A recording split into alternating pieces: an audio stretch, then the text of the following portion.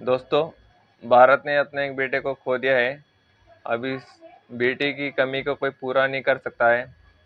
इन्होंने जो देश के लिए किया है वो हमेशा हमें याद रहेगा। हमारे आने वाली जो पीढ़ी है उन्हें भी हम बताने की कोशिश करेंगे कि देश में ऐसे भी एक पीएम हुए थे कि जनता के बारे में सोचते थे।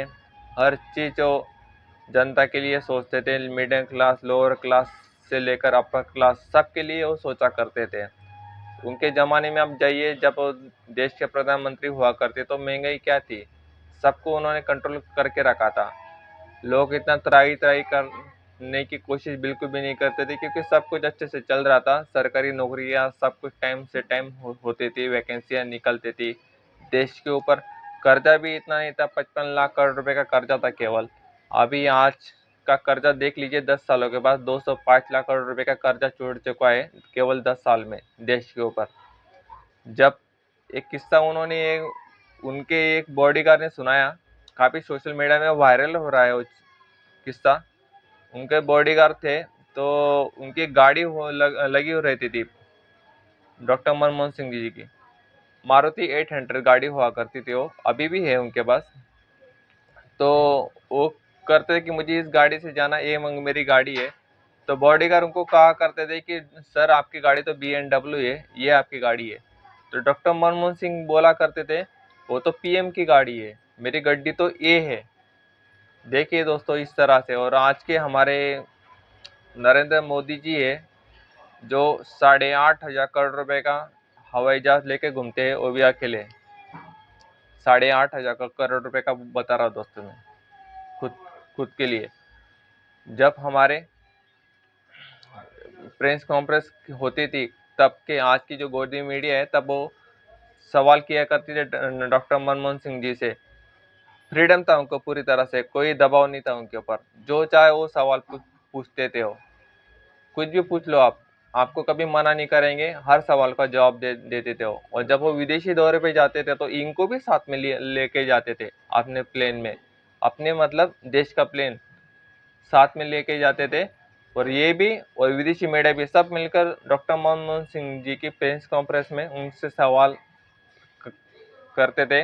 और डॉक्टर मनमोहन सिंह जी बड़ी सादगी से, बड़े आराम से हर सवाल का जवाब दिया करते थे। वो बात अलग है कि वो अंग्रेजी में दिया करते थे, अंग्रेजी में बोला करते, तो इसलिए कई भारतवासियों को समझ में आता नहीं था। लेकिन अगर आप उनके क्लिप निकाल कर देखेंगे तो आपको समझ में आ जाएगा कि डॉक्टर मनमोहन सिंह देश के बारे में क्या सोचते थे। और आज के प्रधानमंत्री जी जब विदेशी दौरे पर जाते हैं तो केवल अकेले जाते हैं, कोई मीडिया जाता नहीं साथ में। किसी की हिम्मत ही नहीं है कि उनसे कोई सवाल भी पूछ लिया है, कोई सवाल पूछता नहीं है। तो ये कंपैरिजन में आपको ये बता रहा हूँ कि वो दौर अलग था और आज का दौर अलग है। तो इसीलिए उनकी कमी काफ़ी महसूस हो रही है। जब संसद में उनके ऊपर आरोप भी लगते थे, सवाल जवाब होते थे, तो कभी चिढ़ते नहीं थे, कभी कभी हिंदू मुस्लिम नहीं किया उन्होंने।